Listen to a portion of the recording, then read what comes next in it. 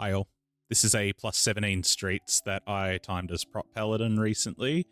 We're going to commentate over the run, give some prop Paladin specific tips, some tips for other tanks, and then some just general dungeon advice. I've popped the route that we run on screen. We'll revisit this as we go because I'm not entirely happy with it as it is, but this is what we went with. So there's not much to be said for this first pull. I think the thing to remember here is that as the pull becomes active, it can actually hurt quite a lot as a prop Paladin if you don't like pre-ramp your defensives. I have had occasions in the past where I've just been a little bit lazy and complacent and sort of not got any Shield of the Righteous stacks and basically just got domed off the bat or had to pop a big defensive, which is sort of not ideal. You want to be like maintaining as many of your really big defensives as possible, because these next couple of pulls are going to hurt a lot more. So you can see we've succeeded here. We've kept Kings, we've kept Bubble.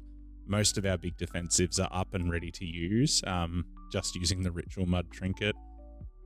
This is a pretty standard pull for most routes. I am still torn as to whether lusting this pull or lusting the boss with Funnel is actually better. In this exact run, we lusted this pull. It actually turned out to be the correct move because we actually ended up getting 4 solid lusts out of it. So the main things to pay attention to in this pull is, as a prop Paladin, you can sit on one of the officers and basically solo kick it. If you prioritize Avenger's Shield as your kick, basically using it if you ever get a proc for it, and then only backing up with Rebuke and using Hammer of Justice as a last resort, then you should be able to get absolutely everything.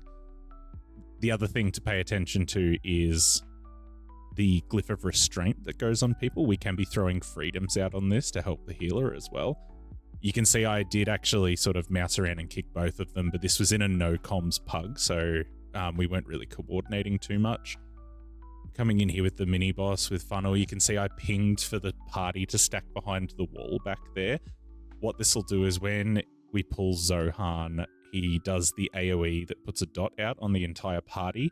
You can LOS this first one. It won't necessarily kill you if you get hit by the first one. However, it is a good idea. Just avoidable damage, basically.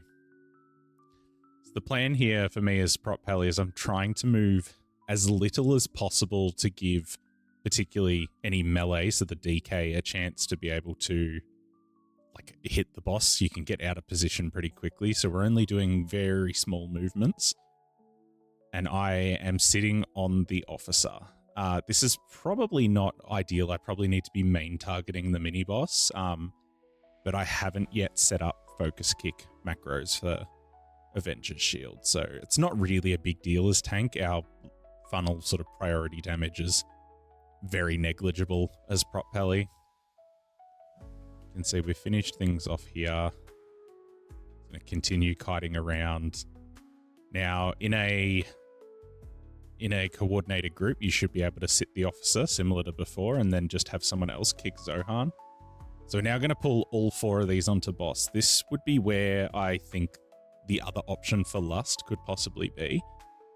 The play here, though, is we wait for 2 beams to go out, and then we can see that both the Overseers are just about to do their proxy strike. So this is where you use a big defensive and then pull the boss immediately after. If you go too quickly with that pull, you can end up with double proxy strike on top of the boss's melees, which is extremely painful. So this is where I do quite like this route because we're able to use Kings and our Bubble in that second pull with Lust, but they've come back up for this pull on the boss. So you can see we have to move around a fair bit here. See another proxy strike coming out. So this is where we want to use our Bubble. This is going to hurt quite a lot if you don't have a really large defensive. Playing prop Paladin at this level, you could probably get away with something like a Ritual Mud and maybe like a minor defensive like Eye of Tyr, but it's still going to slap you around a fair bit. So we had the interrogation fortunately go on the DK first, which is ideal. Obviously they can just immune every single one. as a prop paladin, we need to be keeping an eye out, particularly for spell warding. We can see getting caught on the terrain there a little bit. We've sort of like pushed ourselves out of position a little bit, but it's not the end of the world. It's sometimes unavoidable with the overseers dropping the little swirlies on the ground and everything.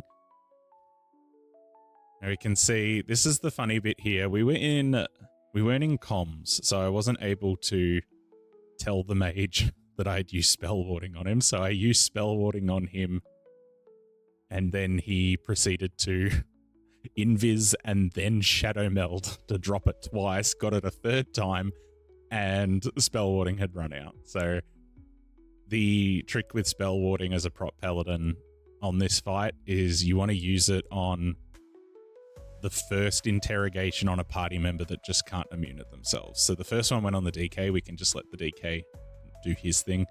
He can just AMS. Ideally, the mage would have just eaten it with spell ward and not had to run out with the third one. But these are sometimes the things that you have to. These are sometimes the things that will happen when you're doing runs without people that you've played with before. So nothing too much else to be said here for this boss. We can see, I think the mage heading in this direction is a good idea. We are probably going to look at just finishing the boss off in this back corner here. You can actually use this entire space as well. I think it is a little bit more open in the area where the boss starts, but it's something that if you can finish the boss near the door, I guess it does save a handful of seconds with not having to run. You can get a little caught out if the frontal goes back towards the room. So everyone just needs to be sort of mindful of like where they can run if they do get stuck.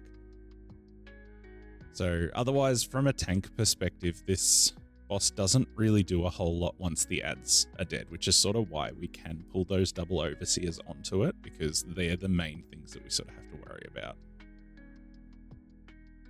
See, the invis there was actually really good. This is like kicking the can down the road, but it's sort of given enough time that we can now focus on the boss and finish it off. So 7 minutes 20, maybe a touch slow, but I think the whole section itself was pretty clean. Now we're going to go into the mini bosses, into the dogs. Now, I know that in this section, I actually pulled things extremely slow.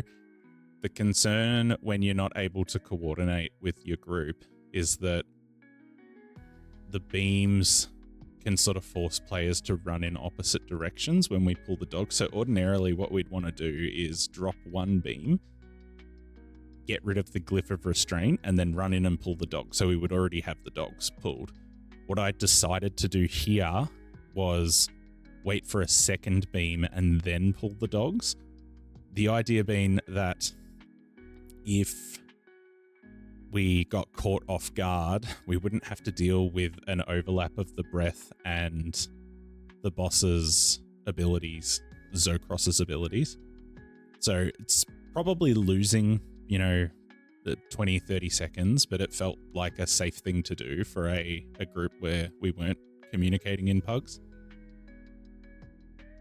Now we've finished these off. Now, what I do here is I quickly sort of run back towards this dinosaur, and I am doing that deliberately to trigger the dinosaur's RP. The reason for this is it makes the next pull a lot easier to group up. It'll become a little bit more clear as we get down there, but we just got to finish these hounds off now. They don't really do a whole lot. I've only ran into a couple of groups where they haven't died evenly. So for those who don't know, the hounds don't die evenly, like one dies and then another one is left up, it will resurrect the other one. So you want to kill these within sort of 10 seconds of one another, which you can see we've easily done here. So we're going down the stairs. Someone's going to trigger the RP by going down to that door on the left there, the shaman. Now, the reason that we wanted the dino to run down here is it positions it all the way up the end. The trick here as a tank is to grab the dino. You want to jump up on that box and then jump up onto the cart like this. Now, this causes the big dire horn to snap up like this. We can see that it just repeatedly tries to cast Frenzy Charge over and over and over. So this effectively is just like mitigating its mechanic. It can't charge because it's stuck on top of here. The one danger as a tank is, and particularly as a prop paladin, is we do want to be kiting a little bit to try and like reduce just getting hit in the face by things. You can't do that up here, obviously. I've not found that it's enough damage to actually like kill me at any point, but it does get a little bit spicy. You can see I sort of jump down as soon as I can. So pretty clean so far. We're going to grab 2 peacekeepers. So up until now, the route that we've done, I'm like pretty happy with the approach. I think it's fairly efficient. Obviously, the slow pull after the first boss was more or less because of the fact that we're not coordinating, communicating. I think if you're in a coordinated group, you can do that a little bit quicker, but the actual pull choices have been really good, I think, up until this point. One thing to be careful of here, if you're a DPS or a healer, is that you sort of want to be topping yourself reasonably quickly, because these peacekeepers do actually hurt when they randomly charge people, and if they do sort of double charge someone, it can be a little bit sketchy. But it's not particularly difficult. It's just something to be mindful of as well. This boss sort of doesn't really get particularly hard until the later bosses start to come down. Now, the one bonus for us lusting on the second pull is that we're going to actually be able to use it here on this boss. This, as I said before, this run, we actually ended up getting 4 like good lusts. The one sort of downside to this dungeon at times is that you can run into situations where you feel like you can lust 4 times, but they don't feel like they're in spots where it's actually worth doing. So this is actually sort of like a good run in that sense, but it's mainly because we were actually a little bit tighter to time than what we ordinarily would be.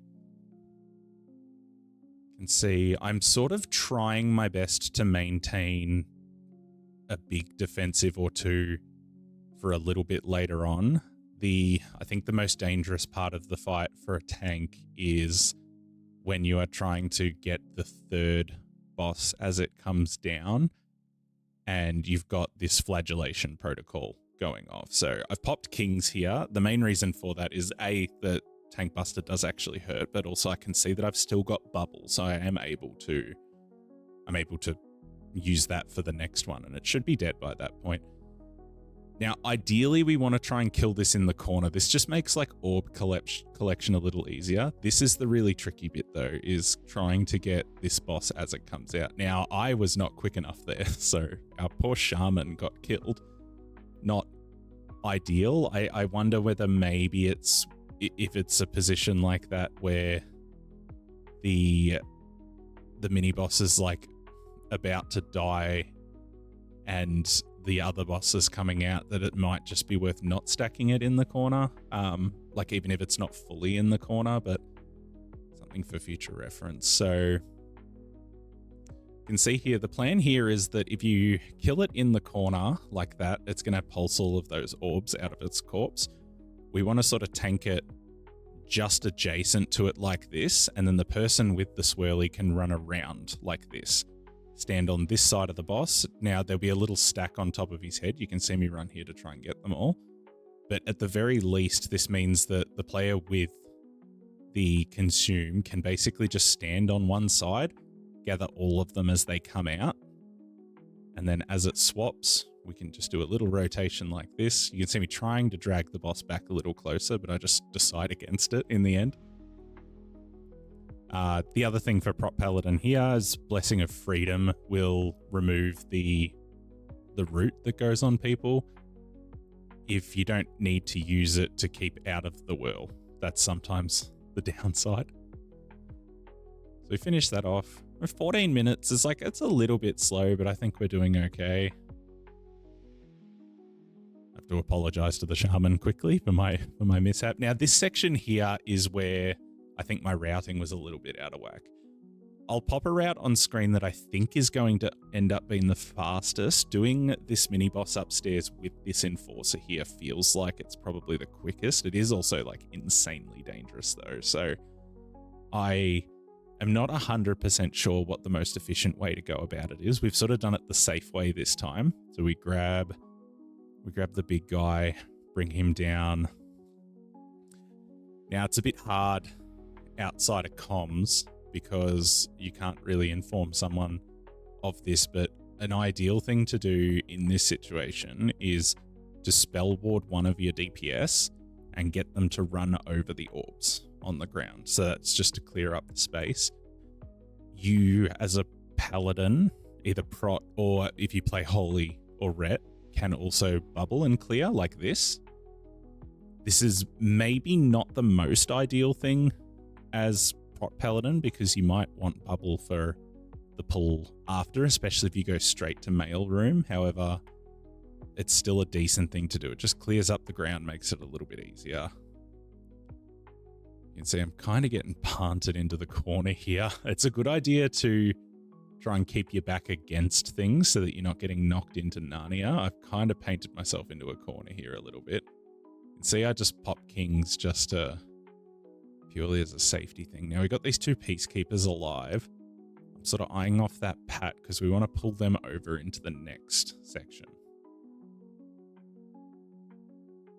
So we're going to head over like this.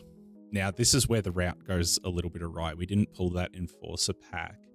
So we need to make up the count by taking these peacekeepers here. So this one peacekeeper and then the double on the other side there. Now you can't really pull three of them at once because triple charges, it's basically you're gambling on whether someone gets charged multiple times or not. So 2 is fine, 3 is like doable, but you can get unlucky. You can see I had to stop once because apparently Divine Toll just didn't want to hit everything. So we're just going to do the mail room pull now. Now, the plan I had in my head here was that because we lusted the menagerie, I now think what we can do is basically clear as much trash as we possibly can and then go into the mailroom boss with lust. We are sort of getting hammered a little bit here. This is what I mean when I say that bubbling on that pull before is sometimes not the best idea, because this is a pull where it's very much something that you would like to have. You can see I've missed kicks with Avenger's Shield because sometimes, as much as Prot Pally is really good at solo kicking things, there are times where you can sort of feel like if you're spending a global on Avenger's Shield to interrupt things that you may actually just straight up die. But we sort of made it through. We had one death, but I think it was more just out of a bad luck than anything. We probably would want to be coordinating some CCs onto those male guys, but sort of not the cleanest thing in the world. But we've made it through. So now you can see we've got 4 minutes left for lust. So this is where I'm thinking to myself, we clear the mailroom. This is where the route gets a little bit weird as well. So the plan here is that we pull this one overseer. I have to go back and get threat because Mr. Hunter has decided that he wants to hit it. So we pull this one overseer, and now I have to wait a little bit because we want that 3-pack, but I really don't want the enforcer pack behind it. So I basically just have to sit on this for a minute. And then once I realize that we're safe to throw the shield, it's also, I'm sure there's plenty of Prot Pally mains out there that have had the experience of throwing a shield at something and thinking that it's probably safe, and then it somehow bounces into the next dungeon and pulls a pack. So this is the part of the route that I'm not 100% convinced on. It may not have been that bad if I potentially grabbed the Spark casters first and dragged them into the Overseer, because as it stands, what's happening here is the Overseer is going to go down and we're just going to be sitting on these Peacekeepers at like really high health. So I'm not entirely convinced that this is the move, but we might adjust. We might adjust down the track. I think this is the only part of the route that I'm not overly happy with. You can see what I'm doing here is I'm sort of going, we don't really want to be sitting there just killing 2 Peacekeepers. That's just a big waste of time. So sort of trying to scooch them back towards the start of the RP. Now, this is probably the other section where we lost a little bit of time because we're not in a coordinated group. I have basically, I thought that like doing the entire lot at once was just going to be a bit of a big ask. Now, this might just be me being a wuss, because it's actually not too bad if you have defensives rolling for a prop paladin. But you can see I've backed in here, clicking the thing, and then I'm getting pinged, being told that actually I'm in the wrong spot. Because I'm being a spoon, I guess. So these ones, you basically just want to get aggro on, make sure that you've got some threat, and then you can take off to the next one. So we're looking here, we've got Lust up in 80 seconds. So this is actually perfectly timed at this point. We are going to polish off this last bit of trash here, and we're effectively just going to be 3 bosses and then the end of the dungeon. So I like the idea of bubbling on pull here. This pack is extremely spread, and it can be really annoying to gather if you don't have toll as well. So bubble taunt is definitely a good move. Now, that stacking debuff that goes on you as the tank, you can freedom that as well, which will immune it. You can see I've done that just before. So freedom is still rolling on me. Once it wears off, we can see the debuff starting to restack again. So the heal of dispelling you should be enough to keep on top of it, but freedom can just give you a bit of reprieve. We're just going to slowly take these back towards the mail room. I'm getting absolutely pounded here. I probably should have freedomed a little bit earlier there, but it's definitely a case of no harm, no foul, I think. I'm going to take this overseer back, and this is probably where a lot of the time this run was lost. Again, this was late on reset day, so just yesterday. It was basically just a final hour key that was posted in LFG that I thought, you know what, I'm just going to give this a go before bed, and turned out to be a success. So we pull the mail room boss onto this trash on the side. I think the important thing here is interrupting the sorter at the start of the pull with a stop so that there's no chickens coming out. And now, as a paladin, we can use Blessing of Protection to immune that.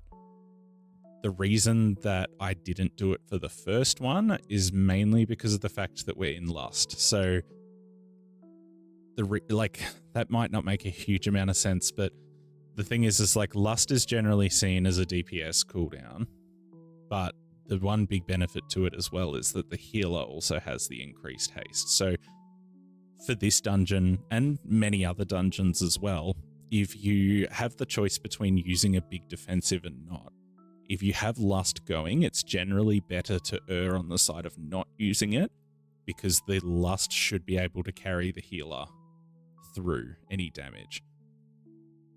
So this is where I bopped the hunter. Our mage went down there. Now I could have, it's probably a little bit of laziness on my part, I could have sacked him and that actually would have saved him, but I think we're still cruising here. So my objective as the tank here is obviously to not die, but we're not in really much danger of dying.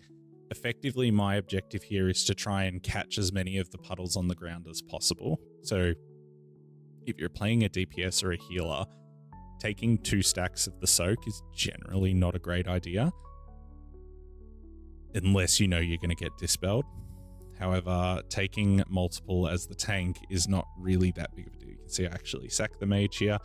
If you're looking to use an external like that on someone, generally speaking, the best time to do it is when they have a debuff and the others don't. So that one there, the mage was the only one with the debuff. We can see the hunter being very cheeky, stacking in and then disengaging with turtle. So I think that was actually really good. He gives us a full immune of that. Now, this is probably one of the only bosses that if you were to ever run a prop paladin and a ret paladin, or a prop paladin and a holy paladin, it actually ends up being really good, because especially if the healer or the ret get the debuff, they can actually get into a situation where the group never has to soak the soak, because it can be bubbled and then bopped by 2 people.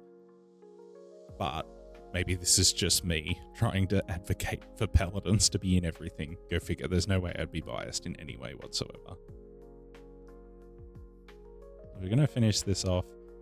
Now, our timer is looking a little bit tight. This run went very close to time. I am not entirely sure why exactly. I have a feeling that there is obviously this slow sort of pulls in the routing that I think probably lost us a couple of minutes. I'm also thinking that potentially this comp may not be the most optimized comp, in the sense that if we look, the DK is actually playing Unholy, which means that the more single target and funnily sort of damage profile that Frost has is not here. Now it's worked out all right in the end, but ideally I think like the mage is providing a lot of funnel. The hunter's probably doing plenty enough pad on his own, so that third DPS slot should probably be something that's a little more funnily.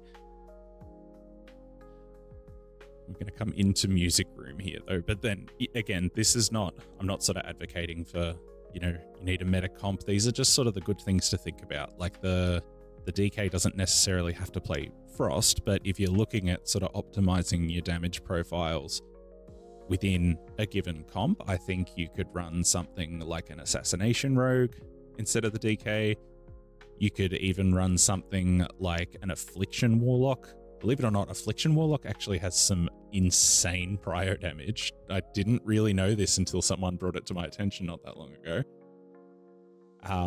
And then you can obviously run something like a Havoc Demon Hunter as well as a decent one to include in a comp like this, but I think the thing that's important there is not to necessarily be thinking about like what's the meta comp, but what specs can fill the role that's required. Now, I think if I was to pick one, I would say if you run Hunter Mage, you would probably be maybe wanting like a Havoc. Havoc Demon Hunter would be extremely good.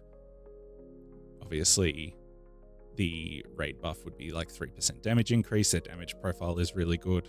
Now, I'm not sort of talking too much about this boss because there's really not much to be said. Ever since the nerfs, it's really just turned into like, it's almost a mini boss at this stage. So the security slam here, you can see I didn't even press a defensive there. Aside from obviously the passive Shield of the Righteous, and it's not really going to hurt. I would probably push minor defensives. Now with this suck in, I do like to just sort of edge on the side like this, and then once everyone jumps out, you can go in, click your horn. So the tank one will always be under the boss, and the DPS ones will lead away from it. The idea by design is that everyone gets sucked into the middle. The DPS use their instrument to throw them outwards, and then the tank can stand directly on top of the boss and use theirs. I would also recommend, I know I'm not doing it here, I'd recommend binding your extra action button instead of clicking it like me. I have been a little stubborn with this and just not made room on my bars for a keybind for it. Propelli is quite heavy on the button bloat, so I might need to look at potentially even having like the scroll wheel set to it or something like that, but we'll see. There's nothing much too special going on here. One thing to note is if you're coming in, the tank is basically always going to get the horn. The one thing that you can do though is you can see the shaman is on the drums here, which is actually not bad in this comp because the hunter's the only other ranged DPS that's quite mobile. Actually forgot that the final warning went off for a little bit, so you can see there, even if you do miss the DPS check, it's not the end of the world. What I was saying though was if you've got like a really immobile caster, say you're running like a Destruction Warlock and a Destruction Warlock or a Shadow Priest or something, like a caster that really wants to stay still, you can put them on the drums and then let the healer take one of the typical DPS ones. The reason for this is when someone's on the drums, they don't get hit by the boss's abilities. Now, don't quote me on this. I know that they are immune to like the circles. I don't know about the frontal. So we're coming in here. It's going to be a tight finish. I could even see as we were coming up here that it was going to be a tight finish. It's sort of 4.5 minutes left. Obviously, on top of that, this RP is actually excruciatingly long, but I think this is it's probably a good way to highlight, like, even with successful runs, like, these are the things that I'm sort of trying to think about as I'm going. Like, you know, this was successful, but why was it as close as it was? Now, obviously, you can always lean back and just be like, oh, it's a DPS problem. The DPS didn't pump enough. But in this case, I don't actually think that's necessarily true. I think there's plenty that we could have done as the tank to speed this up. And while a timed run is a timed run, you also need to be thinking that at some point I want to do this at a level higher. So if we did this exact same route with this exact same comp at a plus 18, it would have been bricked, like, very comfortably. We probably would have been 2 or 3 minutes over. So what I should be doing is, if I was a good tank, I would be pinging where we're going. I think that's a really good thing to do if you're the tank in particular, or even if you're just the person who's sort of taking charge of the group.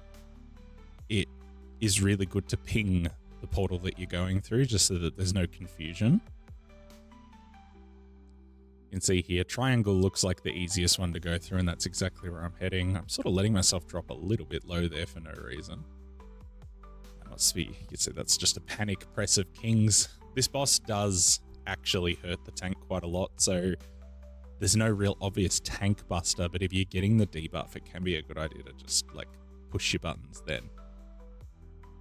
This one's a difficult one. You can see we're pinging circle. I'd say in hindsight, triangle was probably the move. That's where everyone else went. Now, ideally, if you're the prop paladin, you probably want to be doing all the kicks yourself. So what you can do is you can, like, Avenger's Shield as you come in, and then rebuke the second cast. The reason for this is you sort of want the cast to go for as long as possible, because that way you're basically just getting free damage into it. So look here, we've got 2 minutes 20 left, 50% on the boss, but we have got Lust as well. We're going to go triangle for this one, which I did ping. Good job, me. Very well tanked.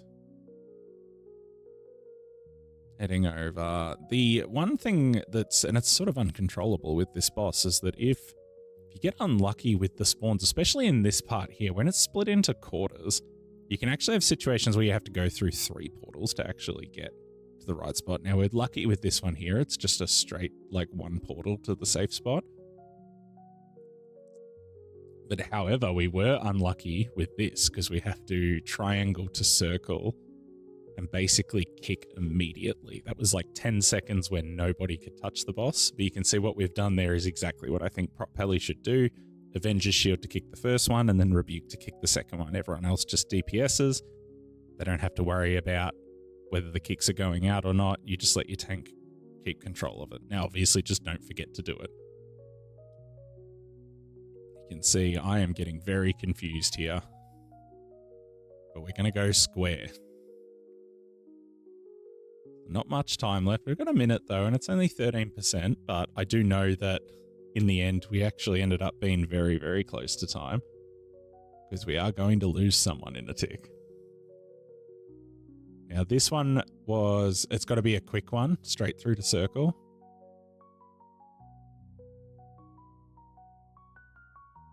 Now, I do recall someone dying here. Yes, I do. So that might have just been a little bit of indecision from the hunter there. But anyway, all in all, we polished this off pretty comfortably with 13 seconds to spare. But, you know, timed is timed, right? So I hope you all enjoyed. I hope everyone finds these sorts of videos useful. I like these sorts of breakdowns to sort of talk about like what I'm thinking about and some tips and tricks for the dungeon. So yeah, anyway, thanks for watching. Until next time, gamers, take care.